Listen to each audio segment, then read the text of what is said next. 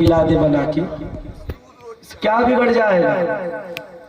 और अपने बहू का सम्मान, अपनी पुत्री के जैसा प्यार दे। और बहुओं की भी चाहिए कि अपनी सास का सम्मान अपने माता की तरह करें।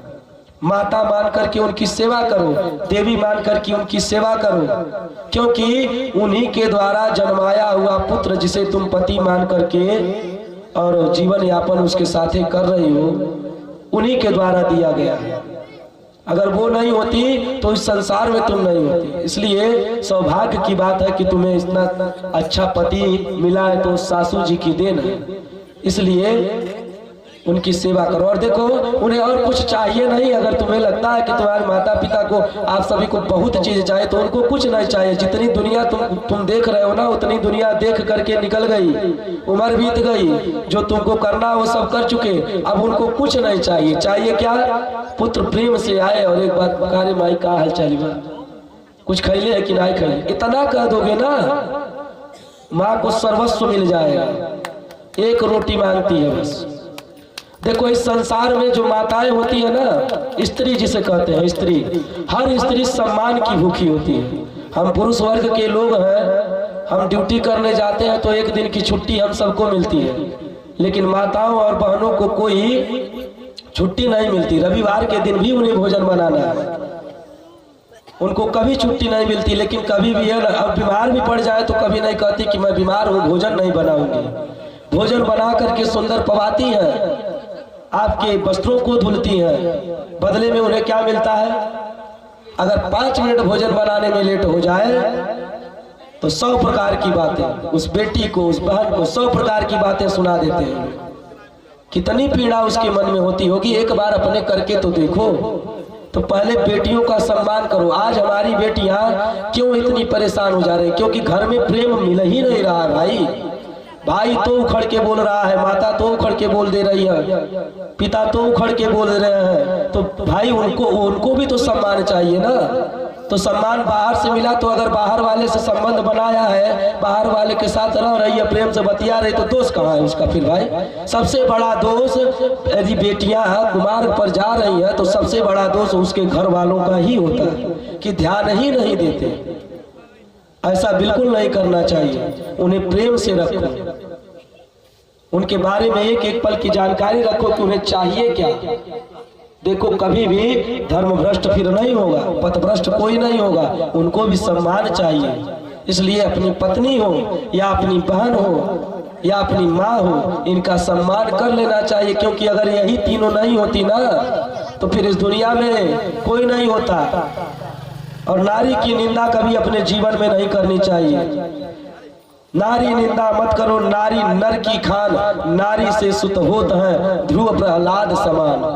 नारी की निंदा कभी नहीं करनी चाहिए। एक नारी ही है जो ऐसे ऐसे महापुरुषों को जन्म देती आई है। महाराणा प्रताप जैसे महापुरुष, ऐसे ऐसे पुत्रों को माताओं ने जन्म दिया है। तो इसलिए इनका सम्मान कर लिया करो। यही भागवत है, यही धर्म है। किसी को ऐसा मत करो कि उनको तकलीफ हो जाए तुम्हारे मन से, तुम्हारे वचन से, तुम्हारी वाणी से। लेकिन इसका अब ये मतलब नहीं कि कभी नहीं करना है। कभी कभी गुस्सा करना ही पड़ जाता है। क्यों? क्योंकि आपके संबंध का लोग, आपके दिए हुए आदर का लोग सम्मान नहीं करते। वो समझ लेते हैं कि कुछ नहीं है, फिर आपको कष्ट भोगना पड़ेगा। इसलिए समय के अनुसार, परिस्थिति के अनुसार ऐसा करना चाहिए। चलिए प्रेम पूर्वक, अब तक आज तक आपने हमसे दिव्य या भगवान की भगवत चर्चा सुनी। आज तक हमारे द्वारा या हमारे सहयोगियों के द्वारा आपके मन को किसी भी प्रकार की यदि कोई तकलीफ हुई होगी, यदि किसी भी प्रकार से हमारी वाणी से आपको कष्ट हुआ होगा या हमारे कर्मों से आपको कष्ट हुआ होगा, तो आप सभी से क्षमा याचना करेंगे। साथ ही मैं आप सभी का परिचय कराऊंगा। हमारे बीच में विद्यमान आर्गन प्लेयर भैया अनिल शर्मा जी, जिनके द्वारा आज 7वें दिवस का कार्यक्रम और 6वें दिवस का कार्यक्रम संपादित कराया गया। डूबती हुई नैया को इन्होंने पार लगाया है। और उनके साथ तबले पर संगति कर रहे हमारे सत्यपाल भैया जी, जिनके द्वारा सुंदर वादन किया गया। और डूबती हुई नैया को पार लगाने के लिए कन्हैया स्वयं, जिनका एक नाम राजन है लेकिन दूसरा नाम गोविंद ही है, पार लगाने का काम किया है हमारे गोविंद भैया जी ने। जोरदार तालियों से आप लोग इनका स्वागत करें कि ऐसे ही आप सदैव। और इनके द्वारा देखिए रामायण के पाठ, सुंदरकांड के पाठ इत्यादि कार्यक्रम संपादित कराए जाते हैं। सुंदर भजन, जागरण इत्यादि सारे संपादित कराए जाते हैं। यदि ऐसे कोई भी कार्यक्रम कराने हो तो आप अवश्य इन लोगों से संपर्क करें। साथ ही आचार्यवत्य कर रहे हमारे आपके इस मंडप में पूजन करा रहे आचार्य जी महाराज शुभम उपाध्याय जी, जिनके द्वारा आपके यहाँ सुंदर पूजन अर्चन वंदन हो रहा था। साथ ही आप सभी के सम्मुख हमारे परमादरणीय, परम वंदनीय, परम पूजनीय, परम श्रद्धेय, जिनके चरण कमलों में 7 बार 100 बार वंदन करने का मेरा मन करता है, ऐसे परम संत जिनकी सानिध्यता उपलब्ध होना जीवन में अति आवश्यक है, जिनकी संगति मिल जाना भी जीवन की सबसे बड़ी उपलब्धि होगी, हमारे प्रवेश भैया जी। इनके महात्मा के वर्णन को मैं क्या बताऊं आपको महाराज, इनका सानिध्य मिल जाना, अब इनके लिए तो मेरे पास शब्द ही नहीं है। लेकिन मैं एक कामना यह करूंगा कि भगवान इस भारतवर्ष में नहीं, विश्व की जितनी माताएं हैं उन सबको इनके जैसा पुत्र देव प्रदान करें, यही ठाकुर जी से मेरी इच्छा है। क्योंकि एक माँ एक पुत्र को जन्म तो दे देती है, लेकिन एक पुत्र कभी माँ को जन्म नहीं दे पाता है। लेकिन हमारे परमादरणीय भैया ने यह करके दिखाया है। माता जी की किडनी फेल हो गई, सुबह से लेकर के 24 घंटे सबसे महंगे हॉस्पिटल में खड़े होकर के 24 घंटे लाइन लगा करके, और उसके बाद जो है 2 दिन बाद नंबर आने वाला है, तो 2 दिन पहले ही पहुंच करके जा करके नंबर लगाया। जिस हॉस्पिटल में लोगों को 3 महीने 4 महीने तक समय नहीं मिलता, उस हॉस्पिटल में अपने माँ की प्राण की रक्षा के लिए भैया ने लाइन लगा करके, और उनको अपने कमाई के द्वारा, ये भी नहीं है किसी से मांगना पड़ा है, अपनी कमाई के द्वारा किडनी ही बदलवा दी है महाराज। ऐसा पुत्र यदि किंचित ही देखने को मिलेगा। अरे पत्नी अपने पति को किडनी नहीं देती है, भैया ने अभी कहा कि यदि किडनी नहीं मिलती है तो मैं अपनी किडनी दे दूंगा। ऐसा पुत्र युगों युगों में एक आध ही पैदा हो सकता है। जोरदार तालियों से आप सभी इनका अभिनंदन करें और ठाकुर जी से निवेदन करेंगे कि ऐसा पुत्र भगवान सभी को प्रदान करें। और इनके जीवन से आप हम सभी को एक प्रेरणा लेनी चाहिए। हम सभी क्या करते हैं, एक यह है और एक हम है कि अपनी माताओं का ही अपमान कर दिया करते हैं। तो ऐसा कभी न करें, अच्छी संगति में रहे। आइए अब सुंदर भगवान एक विदाई गीत श्रवण करते हैं, तत्पश्चात भगवान की आरती।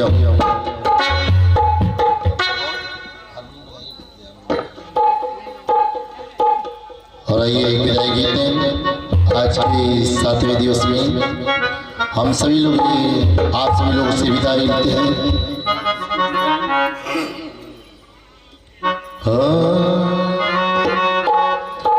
मिलन आज की था हमारा तुम्हारा। और गाना है क्या, इस 7वें दिवस में हमारे मुख्य यजमान जी रामनारायण जी बैठे हैं और हम सभी लोग के बीच में हमारे मुख्य यजमान जी विदाई समारोह में विदाई करेंगे। गाना है क्या, मिलन 7 दिन था हमारा तुम्हारा, मिलन 7 दिन था हमारा तुम्हारा, रही जिंदगी तो मिलेंगे दोबारा, रही जिंदगी तो मिलेंगे दोबारा।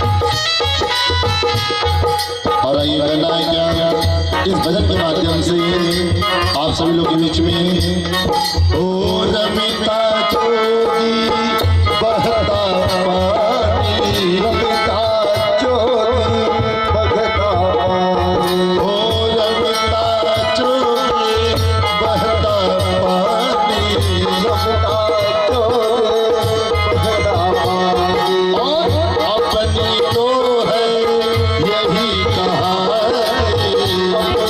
तो है यही कहानी, अपनी तो है यही कहानी, अपनी तो है यही कहानी। इसीलिए दुनिया से है कहना, इसीलिए तो है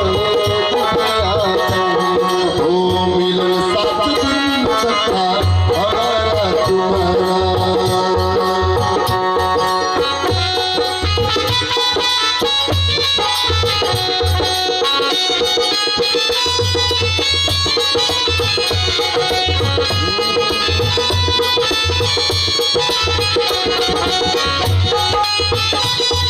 जय श्री राम।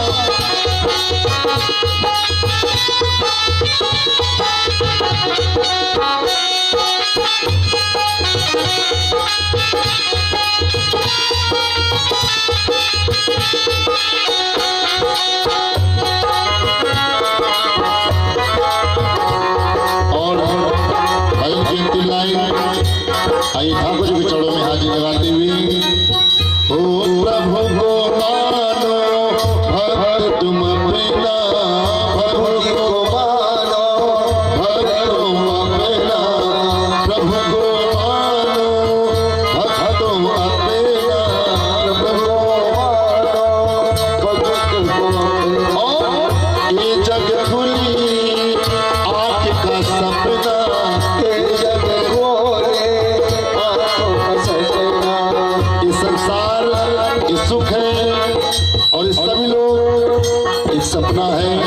ये करना है क्या भजन के माध्यम से, हो प्रभु को मानो भक्त तुम अपना, प्रभु को मानो भक्त तुम अपना, ये जग खुली आँख का सपना, ये जग सोए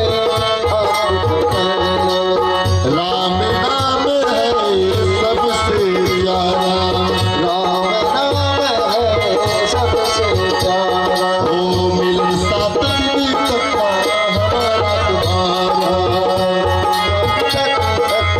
हमारा तुम्हारा, रही जिंदगी तो मिलेंगे दोबारा, रही जिंदगी तो मिलेंगे दोबारा।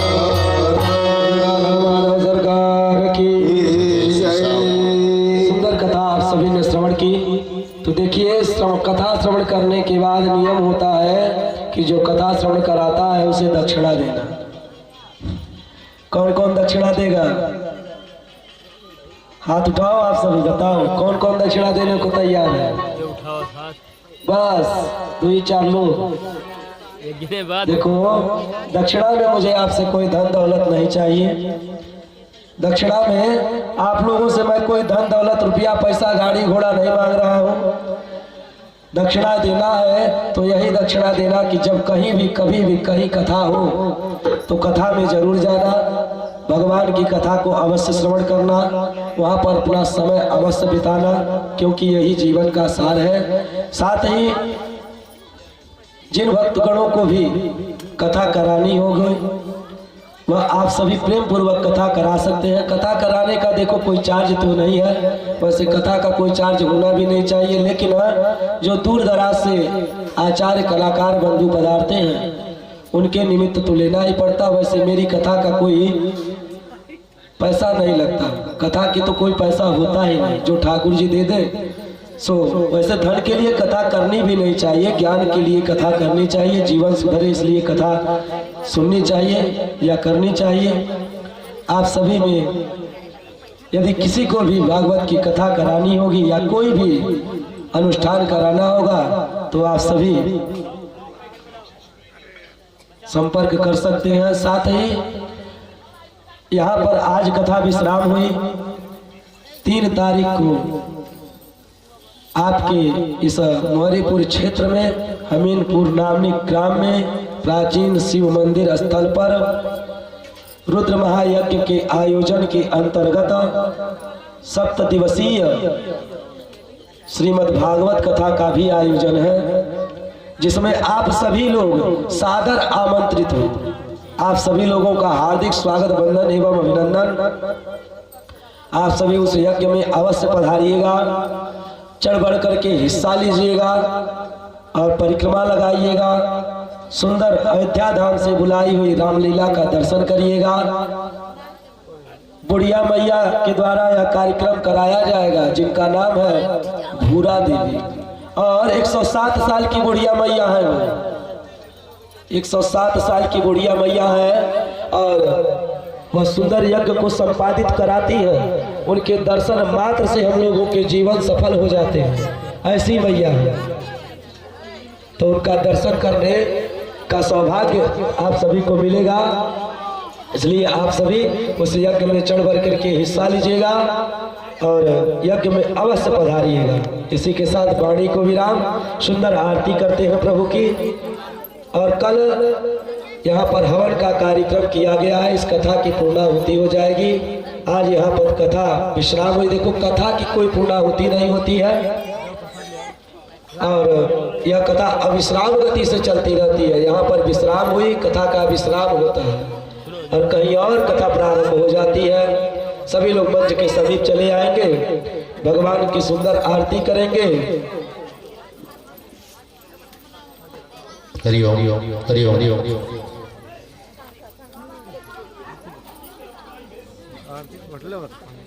ओम आरात्रि पार्थिव गोरजः विदुरराय धाम विधिवः सदा कुशे विहति विदिष्टा सा आत्मिकं वर्तते तमः।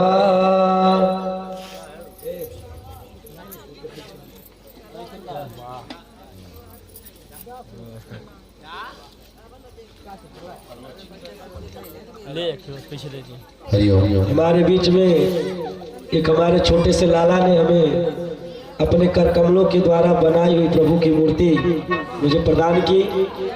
लाला को आशीर्वाद की, लाला तू जुग जुग जीवे और खूब विद्वान बने, तेरा खूब नाम होवे। ठाकुर जी तो खूब संपत्ति प्रदान करें। और रामलीला जी चाहेंगे हम लोग को विदाई का प्रसाद ग्रहण करेंगे। ये करना है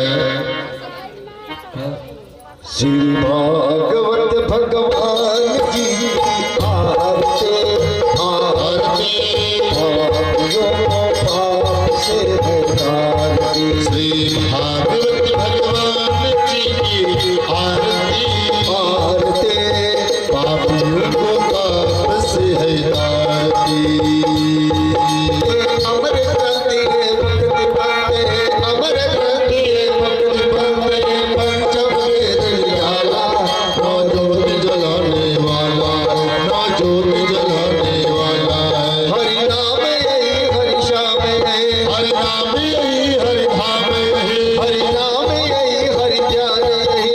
जग मंगल की आरती आरती पापियों को पाप से है तारती। भागवत भगवान जी की आरती आरती पापियों को पाप से उतारती। पापियों को पाप से है तारती। शांति गीत पावन शांति गीत पावन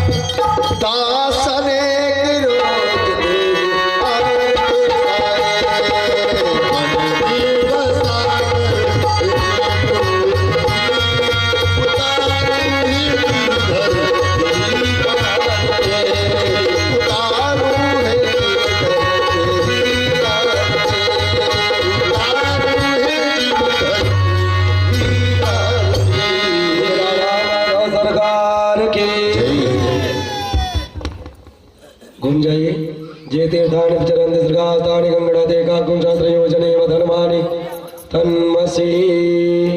आप सभी अपने स्थान पर बैठ जाएं और सुंदर प्रसाद लेकर के आप सभी जाएंगे।